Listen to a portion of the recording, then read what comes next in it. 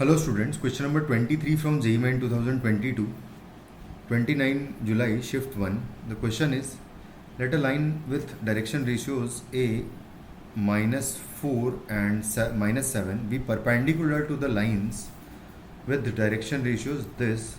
इसके भी परपेंडिकुलर है और साथ में इसके भी परपेंडिकुलर है ये ऊपर वाली लाइन के डायरेक्शन रेशियोज.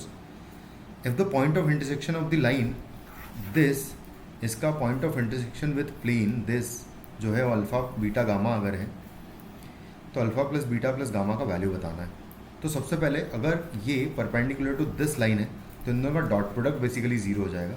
तो यहाँ से आएगा 3a -1 इंटू -4a करेंगे तो आएगा +4a और 2b -7 करेंगे तो -14b आ जाएगा इक्वल टू ज़ीरो होगा.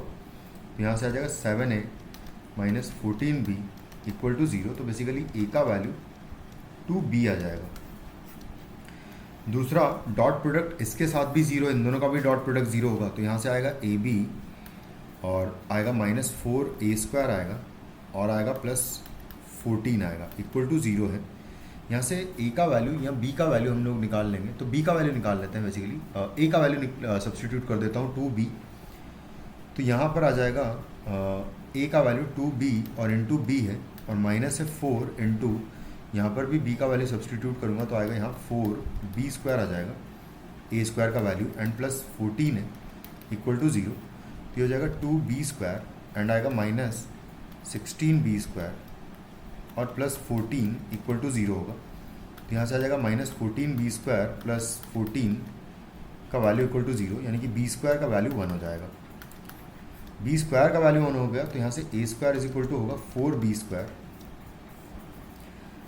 तो जो a² का वैल्यू होगा यहाँ से निकल आएगा a² इज इक्वल टू आएगा 4 इंटू b² का वैल्यू 1 है तो a² का वैल्यू 4 हो जाएगा. a² और b² का वैल्यू अगर आ गया तो मेरे पास ये लाइन आ जाएगी. यहाँ पर मैं a² और b² का वैल्यू अगर पुट करूँगा तो आएगा x+1 divided by a² plus b² अगर करेंगे तो यहाँ पर 5 आएगा equal to y-2 and divided by a² minus b² करेंगे तो यहाँ पर 3 आ जाएगा और इक्वल टू है z/1. इसको मैं लैम्डा अज्यूम करूँगा और इस पर लैम्डा की टर्म्स में कोई भी point 5 lambda -1 comma 3 lambda +2 comma lambda point assume कर सकता हूँ, जिसको मैं इसके साथ सॉल्व कर लूँगा प्लेन के साथ तो मुझे अल्फ़ा बीटा गामा मिल जाएगा. उसके लिए लैम्डा की वैल्यू बेसिकली मिल जाएगी. तो यहाँ पर सेटिस्फाई करूँगा तो आएगा 5 लैम्डा -1 एक्स कोऑर्डिनेट है माइनस